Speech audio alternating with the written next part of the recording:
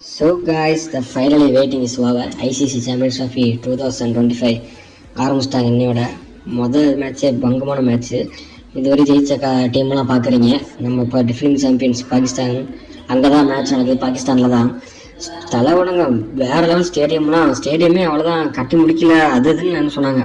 வயலுக்கு பிடிச்சிட்டானுங்க, அதெல்லாம் சூப்பராக பண்ணிட்டானுங்க. மொதல் மேட்ச்சு கொஞ்சம் கஷ்டமான மேட்ச் தான் பாகிஸ்தானுக்கு. அவங்க இதை டெஸ்ட் பண்ணுற மேட்ச்சு தான் மொதல் மேட்ச்சு. அவங்க தேசிய கொடி ஏர்ஃபோர்ஸ் எல்லாம் அதெல்லாம் பங்கமாக இருந்தது கைஸ். அவங்க பண்ண நிகழ்ச்சியெல்லாம் பங்கமாக இருந்தது.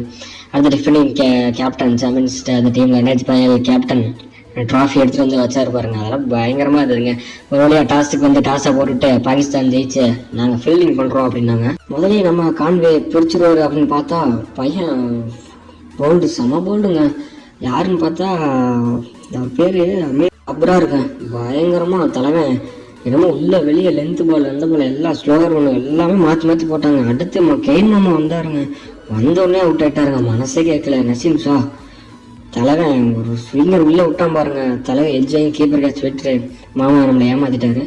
அடுத்து அவனுக்கு செலிப்ரேஷன் போட்டு பங்கம் பண்ணிட்டானுங்க. அடுத்து நம்ம டேனியல் மிச்சல் மாமா முன்னாள் சிஎஸ்கே வீரர், அவரு சரி தலைவன் மெதுவாக நின்று ஆடுவான் அப்படின்னு பார்த்தா அவருக்கிட்ட எடுத்துட்டாருங்க. அடிக்க போயிட்டு ஒரு மட்டமான அடிங்க, பேட்லேயே பால் பண்ணல அந்த அளவுக்கு அடிச்சு பையன் ஹாரிஸ் ராஃப் இங்கே கிழிச்சிட்டாங்க பவுலிங். அவன் பவுலிங் போட்டாலே ஏதோ ஒன்று நடக்க போகுது, அது அப்படி தாங்க இருந்தது. மிட் ஆஃபில் திரும்பி ஃபீல்டிங் பண்ணது பக்கம் சும்மா என்னன்னு தெரியல, பின்னாடி இடுப்பு பிடிச்சிட்டு உட்காந்தாரு. பேட்டிங் வருவார் என்னன்னு ஒன்றும் புரியல. திரும்ப அவன் விட்டானா எப்படி போனேன் என்னங்க, தலைவன் என்ன பாருங்க, வில் யங்கு பிடிச்சிட்டாங்க. அசால்ட்டாக அடிச்சு பையன் செஞ்சுரி 107 அடிச்சுட்டு அவனோட வேலையை டியூட்டியை முடிச்சுட்டு போனான்.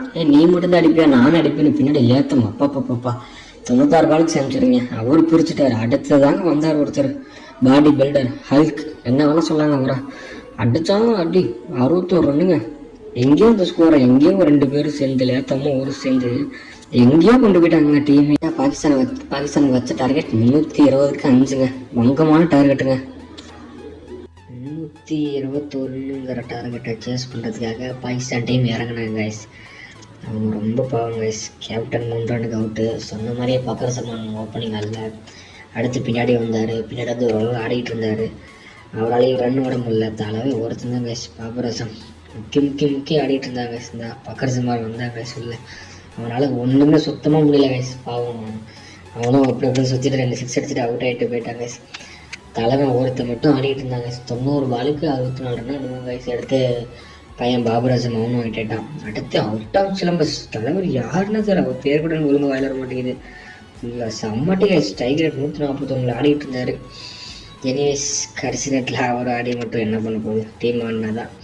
நியூசிலாண்டு எப்படியோ 60 ரன் வித்தியாசத்தில் பாகிஸ்தானை வீழ்த்தி ஜெயிச்சிட்டாங்க. இன்னைக்கு ஐசிசி ஓடிஐ ரேங்கிங் கொடுத்துருந்தாங்க. இதெல்லாம் எக்ஸ்பெக்டே பண்ணல. சுமன் கிர் ஃபர்ஸ்ட்டில் இருப்பாங்க. நீங்கள் எக்ஸ்பெக்ட் பண்ணிக்கலாம், கமெண்ட் பண்ணுங்க. இன்னும் பேர் 3 பேர் கைஸ் பாருங்கள் என்னடா. ஸோ நாளைக்கு மக்களே எல்லாம் ரெடியாக இருங்க.